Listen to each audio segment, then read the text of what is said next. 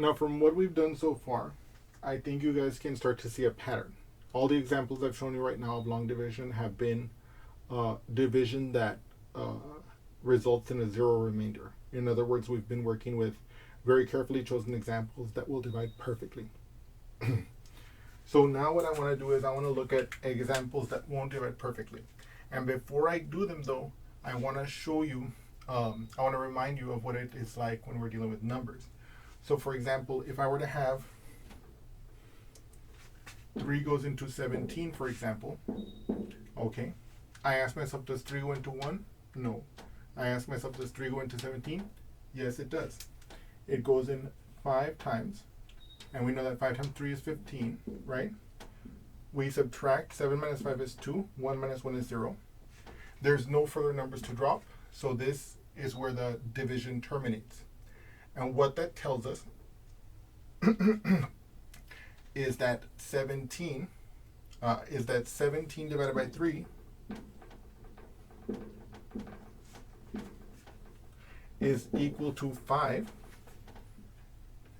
plus 2/3. Okay? And you might say to me, David, of course, you might say to me, David, does that fit in with our intuition? We remember that when we were dividing something like, let's say, 8 divided by 2, 8 divided by 2, we got 4, and that led us to the multiplication fact, 8 equals 2 times 4. Or vice versa, because we know this division fact, we know this, because we know this multiplication fact, we know this division fact, and vice versa. So does such a thing apply here?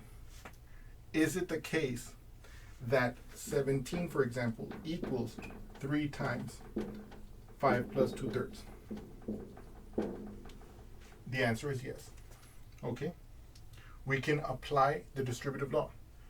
What is the distributive law acting on this right-hand side? Well, it's 3 times 5. What is that? That's 15. And then plus, right? 3 times 2/3. Now, what is 3 times 2/3? Can I do that? Not directly, but I can write 3 as a fraction by setting it as the numerator and 1 as the denominator. So that gives us 15 plus 3 over 1 times 2 over 3, like this, right? And we know how to multiply fractions. The product of two fractions is the fraction whose numerator is the product of the numerators of the fractions being multiplied, and whose denominator is the product of the denominators of the fractions being multiplied. In other words, this is 15 plus 3 times 2 is 6, divided by 1 times 3 is 3. And what is 6 divided by 3, as we have here? It's 2. So we end up with, let me write it here, 15 plus 2. And what is that? That's exactly 17. So you see that, in fact, this expression, which we translate like this, does in fact correspond exactly to what we are expecting. The multiplication fact that we anticipated, which is this one, holds. Okay? And we're going to see that something very similar holds for the polynomials. Okay? So let's do that with an example. So we're going to perform this division. We're going to ask, what is x cubed plus 6x squared plus 11x plus 6 divided by x minus 1? Okay, so the first thing we do is we put the x minus 1 on the outside of the division house like this. And then we put this polynomial inside the division house. X cubed plus 6x squared plus 11x plus 6. Okay. So now I ask myself, so I start with the question that we need to use. And that's going to be, how many times does x go into x cubed? X squared. Okay.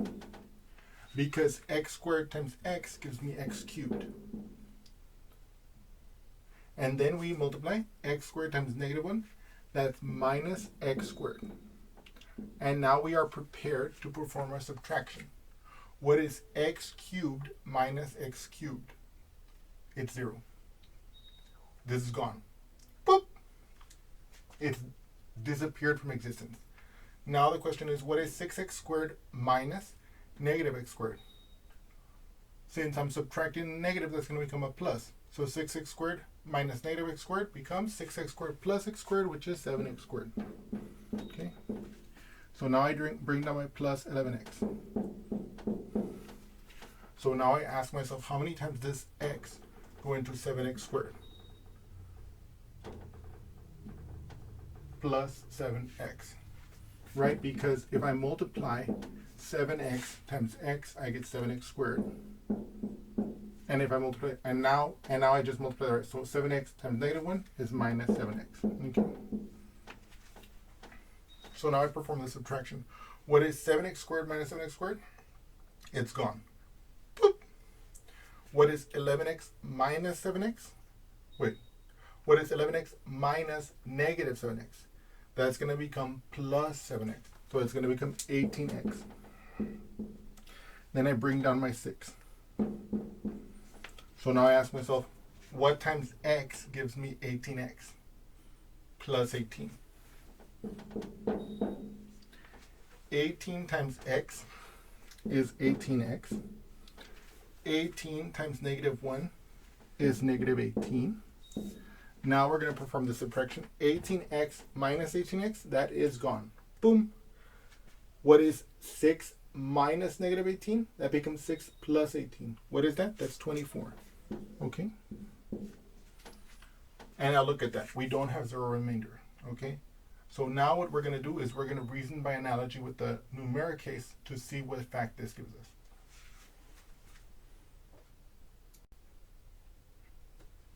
So we recall that when we divided 17 by 3, we got 5 remainder 2.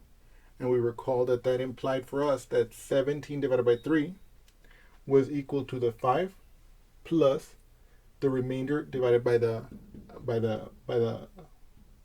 number outside of the house. Okay. Okay. We can apply the same result here. Okay. If you notice, the implication of this table that we've done, this multiplication table, or this division, well, we're calling it a division house, so we're going to call it a division house. It's going to be that this polynomial divided by this polynomial. Okay, so in other words, x cubed plus 6x squared plus 11x plus 6. Okay, divided by x minus 1 equals the top, which is exactly like the 5, you see, x squared plus 7x plus 18 plus this divided by that. Okay.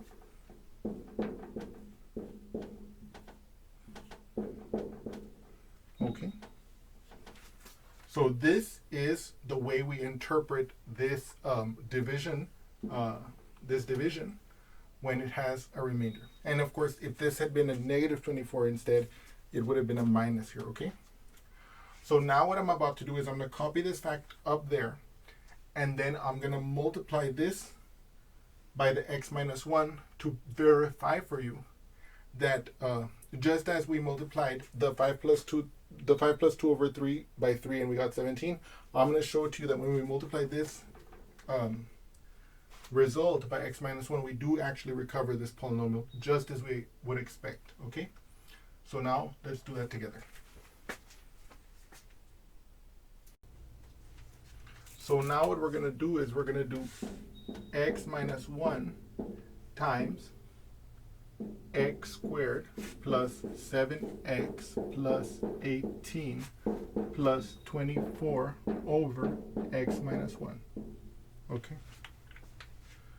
So the first thing we're going to do is we're going to distribute this x minus 1 to each term. Okay. So let's do that together here. X minus 1 times x squared. Okay. It's going to be like this. X minus 1 times 7x. It's going to be plus 7x times x minus 1. X minus 1 times positive 18 is going to be plus 18 x minus 1.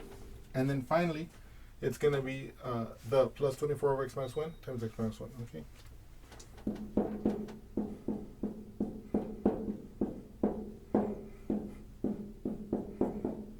Okay. If this one had been minus 7x, this would have been minus there. If this had been a minus 18, this would have been a minus 18 instead of a plus 18. If this had been minus, that would have been minus. You get the idea. So now here we apply the distributive law to each of these terms. So this one here becomes x squared times x is x cubed. X squared times negative 1 is minus x squared. Here it's going to be plus 7x times x. That's plus 7x squared. 7x times negative 1. So this is a positive, but that's a negative. So the product will be negative. So it'll become minus 7x. This will become plus 18x. Right? Because I'm multiplying that. And then this will become a minus 18. And now the problem is, how do I multiply that? Can I multiply the fraction 24 divided by x minus 1 by x minus 1? Not yet, because it's not a fraction. But just as with any number, let's say 3, I can write 3 as a fraction by setting it as the numerator and 1 as the denominator. So I'm going to do the same thing here. You see? Boom. Now it's instantly a fraction. I perform magic. Watch. I'm going to pull a rabbit out of this board. Do you see the cutest rabbit that you've ever seen? If you do, you obviously need to see a doctor because there's no rabbit here. Nah, I'm just kidding. That was a joke. I hope you guys like that joke. Okay, anyway, all joking aside, let's continue with the problem. You can see that now I'm going to multiply these fractions. How does that happen? 24 times x minus 1. So it'll become plus 24 times x minus 1 over x minus 1. Because x minus 1 times 1 is x minus 1. Now, just as with numbers, remember when we're dealing with numbers, okay? No, I'm just kidding. That was a joke. But when we're dealing with numbers, like let's say we have 6 divided by 3, we know that this is 2 times 3 divided by 3. And we simplify it because we say that the 3's cancel out, okay?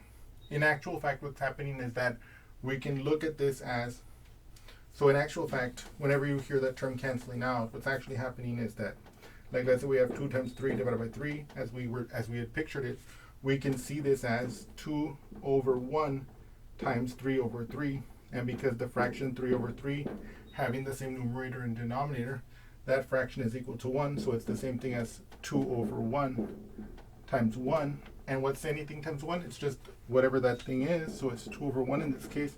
And of course, in this case, 2 over 1, that's just 2. Okay? So that's what's actually happening whenever you say that the factors cancel. But so what's happening here, of course, the same thing is going to happen. So these factors kind of cancel. Okay? But so now we're in a position to rewrite this neatly a little bit, and then we're going to simplify. So this is going to be x cubed minus x squared plus 7x squared minus 7x plus 18x minus 18 plus 24. The 24 from here. After you cancel the x minus 1 factor. So now we combine all the like terms. This is going to be like terms here. These are going to be like terms. Okay, and then the two numbers. So we're going to have x cubed. What's negative x squared plus 7x squared? That's plus 6x squared. What's negative 7x plus 18x? That's plus 11x. What's negative 18 plus 24? That's plus 6. And if you notice, look at this. What is this? This is exactly what it should have been. You see? So what we've just shown here is that just as in our numerical example, where we had a remainder and we expressed the quotient plus a fraction consisting of the remainder divided by the number we were dividing by, just as we saw that allowed us to construct a multiplication fact analogous to the one when we had zero remainder, we can see that here this division that was imperfect also satisfies the same analogous division fact that we would expect it to satisfy, and we have shown that explicitly here. Okay, we're going to see that divisions like this will also play an important role for us. Okay. And in particular, I'm just going to give you a hint of where that's going to come from, but I'm not going to explain further at this moment. But when we're dealing with rational functions, which we're going to see soon, are functions that are defined by an expression that is a fraction of two polynomials. When we're dealing with rational functions, there are certain cases where there's going to be this thing called an oblique asymptote, and we're going to see that in those cases, the long division will permit us to find what that oblique asymptote is. Okay? And so in any case, I hope that you've enjoyed this example, and I look forward to seeing you again soon. Thank you so much.